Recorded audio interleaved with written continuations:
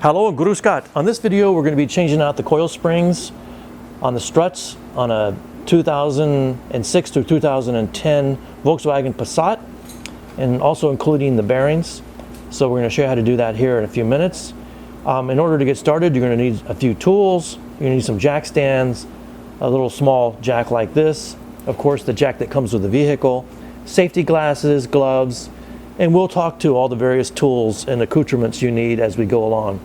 So let's get started. Okay, at this point we have the car jacked up, and we've tried to make several safety features here.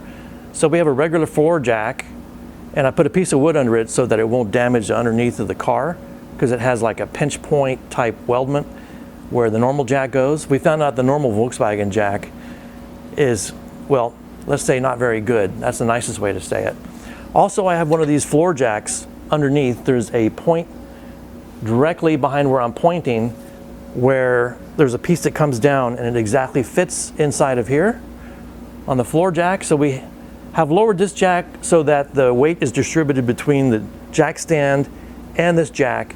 We also have the Volkswagen jack in the rear just in case, to give us another point of safety. So now we're going to pull the front tire off, and as another point of safety, I'm going to put it underneath, or I'm going to put something underneath, because I don't like to work on a vehicle that, unless it has plenty of safety. So, and I also have my safety glasses on. So let's get started with that next. We'll pull the front wheel off. Okay, first thing we're going to do under here is take this 18mm bolt or nut off this end link. So we'll do that, get that off, and then we're going to move down here and take this nut off. And it's got a triple square on the other side, so that's a special tool you'll have to have. So get that off, and then we'll come back. At this point, you've taken your 14mm triple square and used it as a backing here for your 18mm nut. Taken this loose, it went right in here in this position. And then we took apart this control arm here, and it went up here, 18mm nut. And now we're going to use the strut splitter to go in here and pull this strut loose, and then we'll go up into the hood and get to the 3 nuts that hold this assembly in, and then we'll come back and show you what's next. Okay, so now we've inserted our Ossenmacher strut splitter tool, and you're going to turn it slightly so that it splits the strut open. And then actually we're going to go up and take the 3 nuts loose at the top. So we're going to do that, and then I'm going to come right back. Okay, now what we're going to do up here is we're going to take this plastic bezel or fascia off. And to do that, on some models you have to pull this trim molding off, but on this particular model all you do is take the clips off. There's 4 clips across the front here, and then of course you need to take the little caps off the windshield wiper pieces, and then there's a nut underneath. You'll take that off and pull the windshield wipers loose, set them aside carefully, and then pull that whole plastic piece out and allow us access to the nuts for where the 3 nuts we need to get off are. So we've taken out the 3 bolts. Actually, they're not nuts, they're bolts that go into the top up there. And now we need to take this 27mm out, and then we're going to pop this loose slightly so that we can get this piece out. So we're going to do that, and then we'll come back.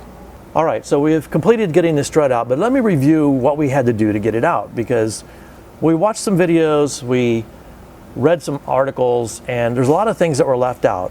One is this lower arm here, you have to take loose before you take this shaft out. So you want to take these 3 nuts off, and you have to work it loose. It's very difficult, but we got it done. Perhaps if you used a pry bar it might be easier, but we were trying not to damage these surfaces. And then to get the shaft out, we screwed the bolt back in slightly that we'd taken out and tapped it gently with a mallet so that we could push it out.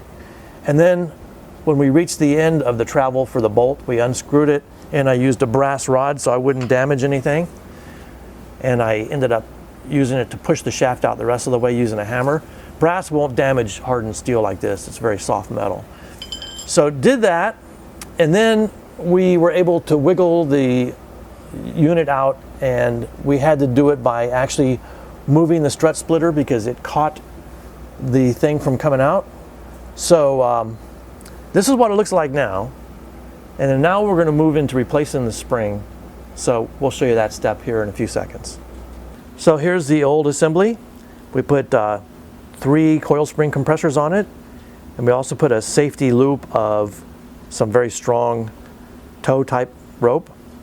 And so now we're going to pull the top hat off and put in the new H&R spring that goes on the front here, and then we'll put it back together.